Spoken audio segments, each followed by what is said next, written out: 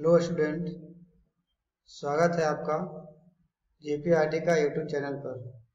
मैं मनीष कुमार आज आपको इस वीडियो लेक्चर के माध्यम से ड्राइंग इंस्ट्रूमेंट एंड इसके यूजेस के बारे में बताएंगे। तो चलिए हम लोग ड्राइंग इंस्ट्रूमेंट का क्या यूज है और कौन कौन से ड्राइंग इंस्ट्रूमेंट होते हैं जिसको हमें यूज करते हैं हम लोग, उसके बारे में देखते हैं। देखिए ये सब आपका ड्राइंग इंस्ट्रूमेंट है, इसका नाम लिखा हुआ। फर्स्ट में देख रहे हैं आपका ड्राइंग बोर्ड है, सेकंड नेक्स्ट आपका ड्राइंग शीट है, नेक्स्ट मिनी ड्राफ्टर है, नेक्स्ट टी स्क्वायर है, नेक्स्ट सेट स्क्वायर है, उसके बाद आपका प्रोटेक्टर है, फिर स्केल है, कंपास है, फ्रेंच कर्व है। ये सब आपका ड्राइंग इंस्ट्रूमेंट है। और इसके बाद भी और भी ड्राइंग इंस्ट्रूमेंट है, जैसे पेंसिल हो गया, पेंसिल कटर हो गया, शार्पनर, रबड़ या sand paper, pin, clip, cello tape, rolling scale, circle master, divider. ये सब हमारा ड्राइंग इंस्ट्रूमेंट है जिसे हम लोग यूज करते हैं ड्राइंग करते वक्त। तो बारी बारी से इसके बारे में डिटेल्स जानेंगे कैसे इसको हम लोग यूज करते हैं। तो पहला आपका ड्राइंग बोर्ड है। पहला क्या है? पहला इंस्ट्रूमेंट है आपका ड्राइंग बोर्ड। देखिए इसमें दो तरह का ड्राइंग बोर्ड दिखा है। मान लीजिए कि ए ड्राइंग बोर्ड है और ए बी ड्राइंग बोर्ड है। देखिए ए ड्राइंग बोर्ड है, इसको हम लोग पहले यूज करते थे, अब ए ड्राइंग बोर्ड का हम लोग यूज नहीं करते हैं। ए है न्यू वाले ड्राइंग बोर्ड, इसको आजकल हम लोग इस तरह का ड्राइंग बोर्ड यूज करते हैं। एक वुड का बना हुआ होता था, वुड का लकड़ी का बना होता था। इसमें कुछ पार्ट्स हैं, उसका नाम याद रखना होता है। इसे ऊपर के पार्ट को पैटर्न बोलते हैं। इस पर एक स्ट्रिप लगा हुआ है, उसको हम लोग इवोनी बोलते हैं। फिर वर्किंग एज बोलते हैं। इस एज को, जो ब्लैक कलर का रेड कलर का हम बना रहे हैं, देखिए ये जो ग्रीन कलर का है, इसको हम लोग वर्किंग एज बोलते हैं। और ये जो ड्राइंग बोर्ड है जो कुछ एंगल पर सेट रहता है, जैसे देखिए इस तरह से कुछ एंगल बना रहा है सेट होने के बाद, तो ये एंगल का नाम पूछता है कितने डिग्री पर यह सेट है। तो ये जनरली 20 डिग्री पर सेट रहता है। ऐसे या फिर 20 से 20 20 to 25 इसको हम लोग ले सकते हैं, 20 डिग्री to 25। ये जो ड्राइंग बोर्ड होता है हमको सॉफ्ट वुड से बनाया जाता है। कहने का मतलब जो ये लकड़ी से बना होता है वो मुलायम लकड़ी का बना होता है। और ये इंक्लाइन कितने डिग्री पर आते हैं? 20 डिग्री पर इंक्लाइन रहते हैं। और इसका जो ऊपर का सरफेस होता है पूरा स्मूथ होता है, यानी कि बहुत चिकना होता है। ये तो आपका ड्राइंग बोर्ड हो गया। अब देखते हैं इसका साइज के बारे में। ये देखिए इस ड्राइंग बोर्ड का साइज है और उसका कुछ टेक्निकल नाम है। ये देखिए ये डिजाइनेशन हो गया, यानी इसका नाम हो गया D0, D1, D2, D3। और उसका लेंथ और विड्थ और थिकनेस दिया हुआ है। जैसे D0 का ये आपका साइज हो गया, D1 का 1000 गुने 700 गुने 25, ये आपका लेंथ, विड्थ एंड थिकनेस हो गया।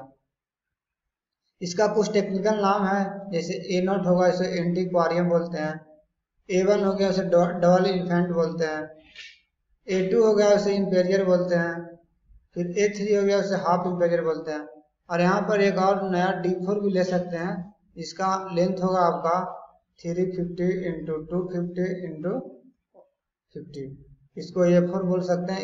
A4 साइज का शीट इस पर यूज होगा। इसे क्वार्टर इंपेरियर बोलते हैं। जो इसमें सबसे मोस्ट इम्पोर्टेंट है, तीसरा नंबर का, हम लोग D2 साइज का ड्राइंग बोर्ड यूज करते हैं। D2 साइज का हम लोग ड्राइंग बोर्ड यूज करते हैं। चलिए नेक्स्ट देखते हैं।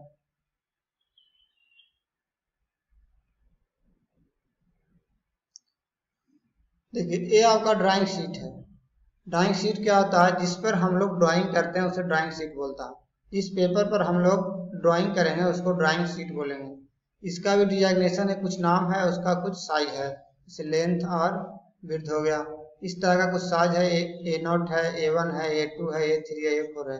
इसका कुछ लेंथ और विड्थ साइज है। देखिए ये आपका सबसे ऊपर वाला दिखा रहा है जो आपका A0 हो गया, उसके अंदर का दिखा रहा है आपका A1 हो गया, फिर आपका A2 हो गया, फिर ये आपका A3 हो गया, फिर ये आपका A4 हो गया, ये आपका A5 हो गया।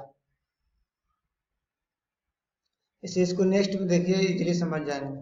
देखिए कुछ इस तरह से है इसका। ए नोट का साइज सबसे नीचे वाला ए नोट का है, फिर उसके ऊपर आइए तो इसको क्या किया है, जो लेंथ है उसको हम लोग हाफ कर दिए हैं, तो ये बन गया A1। फिर इसका विड्थ को हाफ कर दिए हैं, फिर ये बन गया A2। फिर इसको हाफ कर दिए हैं तो ये बन गया A3। फिर इसको हाफ कर दिए हैं तो ये बन गया A4। ये आपका ड्राइंग शीट है। ड्राइंग शीट हम उसको बोलते हैं जिस पर हम लोग ड्राइंग करते हैं। कहता है ए नोट साइज का शीट का एरिया कितना हो, सबसे नीचे वाला ए नोट साइज है उसका 1 मीटर स्क्वायर एरिया होता है, और जो लेंथ और विड्थ का यानी एल बटा डब्ल्यू का जो रेशियो होता है 1:√2 होता है। ये ऑब्जेक्टिव में क्वेश्चन पूछे जाते हैं। चलिए ये तो आपका ड्राइंग शीट हो गया। हम नेक्स्ट देखते हैं। नेक्स्ट है आपका मिनी ड्राफ्टर। मिनी ड्राफ्टर को हम लोग यूज करते हैं ड्राइंग शीट पर स्ट्रेट लाइन ड्रॉ करने के लिए। जैसे कहते हैं it is use to draw horizontal, vertical and incline. इस तरह से ये हॉरिजॉन्टल हो गया, ये वर्टिकल हो गया, ये इंक्लाइन हो गया। इस तरह का हम लोग स्ट्रेट लाइन ड्रॉ करने के लिए यूज करते हैं।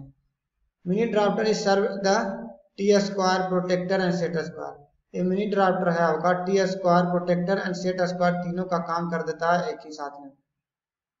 ये ड्राइंग बोर्ड है, ये व्हाइट वाला ड्राइंग बोर्ड दिख रहा है, इस पर हम लोग यूज करते हैं इसको।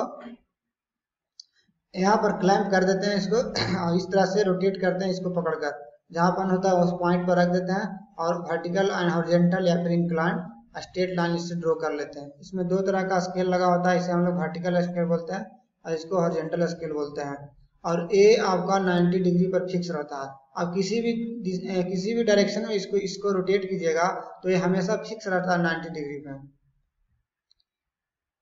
जैसे देखिए यहाँ पर आपका डिटेल सब कुछ लिखा हुआ है। ये आपका विथ फिक्सिंग क्लैंप है, इसको हम लोग ड्राइंग बोर्ड में क्लैंप करके सेट करते हैं। इसको बोलते हैं पैरेललोग्राम बार बोलते हैं, या फिर आर्म भी बोल सकते हैं इसको। ये भी इसको भी हम लोग पैरेललोग्राम आर्म बोलेंगे या फिर बार बोलेंगे। इसमें एक प्रोटेक्टर लगा हुआ रहता है और ये दो स्केल हो गया आपका। एक प्रोटेक्टर हो गया, इस पर डिग्री दिखाता है, और ये आपका दो स्केल हो गया।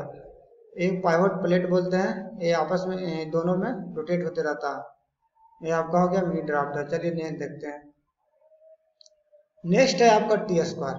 टी स्क्वायर को हम लोग यूज करते थे सिर्फ हॉरिजॉन्टल लाइन ड्रॉ करने के लिए, और टी स्क्वायर पर इस तरह से हम लोग सेट स्क्वायर रखकर वर्टिकल लाइन भी ड्रॉ करते थे। इसी आपका सेट स्क्वायर है, तो इसका ज़्यादा यूजेज नहीं है, अब इसको हम लोग यूज नहीं करते हैं। इसको हम लोग ब्लेड बोलते हैं, टी स्क्वायर ब्लेड। तो इसका भी साइज होता है, जैसे देखिए टी नोट हो गया, तो टी नोट का साइज होता है 1500 mm जो ब्लेड होता है उसका। T1 होता है, उसका साइज होता है 1000, एंड T2 का 700 एंड T3 का 500।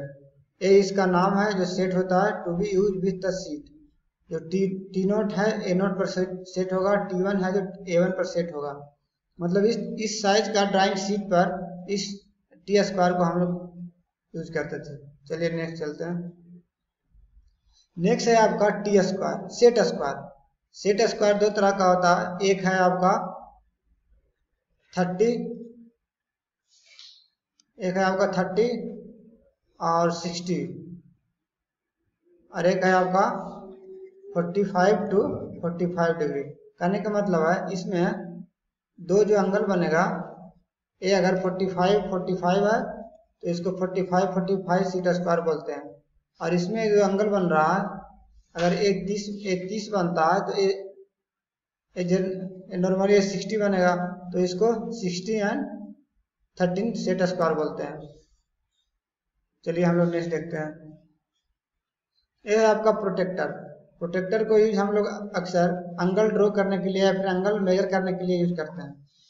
ये प्लास्टिक का बना हुआ रहता है, और इसका में जो मिनिमम एंगल हम लोग मेजर करते हैं या फिर मिनिमम एंगल जो ड्रॉ करते हैं, तो 0.1 एंगल डिग्री का मेजर करते हैं। यानी मिनिमम कितने एंगल मेजर कर सकते हैं, तो 0.1। चलिए नेक्स्ट देखिए।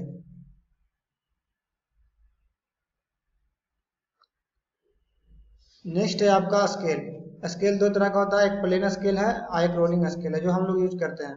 देखिए ये प्लेन स्केल है, इस पर 3 तरह का मेजरमेंट यूनिट रहेगा। जैसे अब 1 इंच हो गया, सेंटीमीटर हो गया और मिलीमीटर हो गया। इस प्लेन स्केल में हम लोग 3 तरह का मेजरमेंट देखते हैं। 3 तरह का लेंथ हम लोग ड्रॉ कर सकते हैं या फिर मेजर कर सकते हैं। कौन कौन सा? इंच में मेजर कर सकते हैं या फिर सेंटीमीटर में या फिर मिलीमीटर में। इसको बोलते हैं प्लेन स्केल। एक होता है रोलिंग स्केल। रोलिंग स्केल इस तरह का होता है, इसे हम लोग ड्राइंग शीट पर रोल करते हैं, आगे पीछे रोल करके भी स्ट्रेट लाइन ड्रॉ कर सकते हैं। तो ये आपका रोलिंग स्केल हो गया। चलिए नेक्स्ट देखते हैं। नेक्स्ट है आपका पेंसिल। देखिए according to the engineering drawing pencil are made of 18 types या फिर 18 ग्रेड। मतलब इंजीनियरिंग ड्राइंग के अनुसार से पेंसिल को 18 ग्रेड में बनाया गया है। इसको हम लोग तीन भाग में डिवाइड कर सकते हैं, हार्ड पेंसिल, मीडियम पेंसिल और सॉफ्ट पेंसिल। देखिए यहाँ पर 18 टाइप का ग्रेड लिखा हुआ है। जो 9H से 4H तक होता है उसको हम लोग हार्ड पेंसिल बोलते हैं, और जो 3H 2H होता है, ये पेंसिल का नाम है, 3H 2H होता है, इसको मीडियम पेंसिल बोलते हैं। और सॉफ्ट पेंसिल बोलते हैं F, HB, B, 2B, 3B, 4B, 5B, 6B और 8B। ये पेंसिल को हम लोग सॉफ्ट पेंसिल बोलते हैं। यहाँ पर H का मतलब होता है हार्डनेस,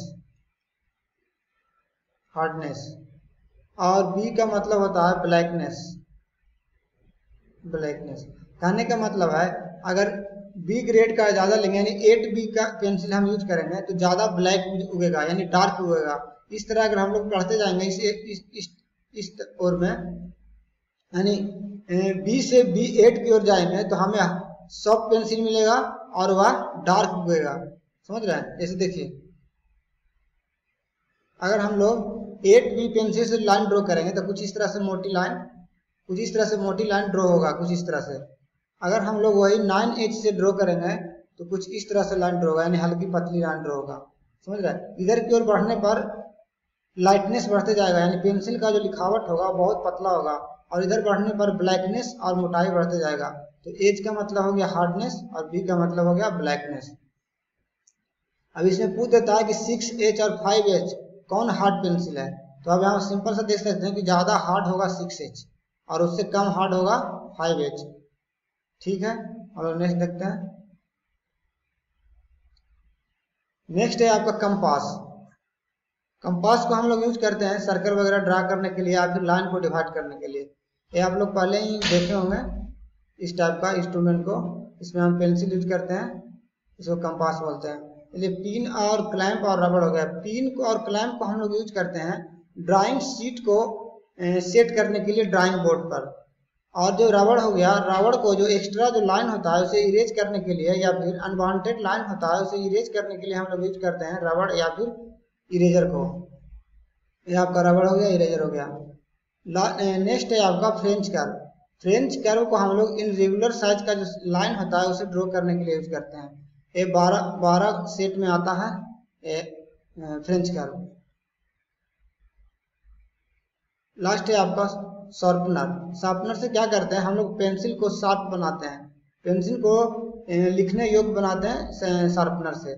और यह है आपका सीट होल्डर। और हम लोग क्या करते हैं सीट फटे नहीं या फिर गंदा ना हो इसके लिए सीट पर ड्राइंग करने के बाद हम लोग ड्राइंग होल्डर में या फिर सीट होल्डर में उसे सुरक्षित रख देते हैं।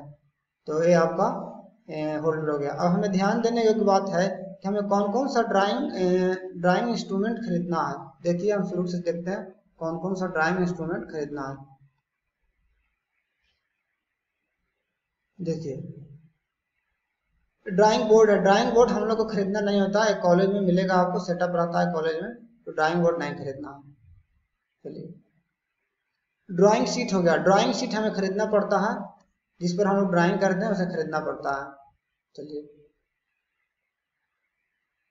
नेक्स्ट है आपका मिनी ड्राफ्टर। मिनी ड्राफ्टर को हम लोग खरीदेंगे।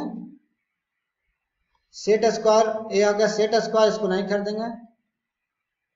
और इसके बाद जो भी इंस्ट्रूमेंट है हम लोग इसको खरीद लेंगे।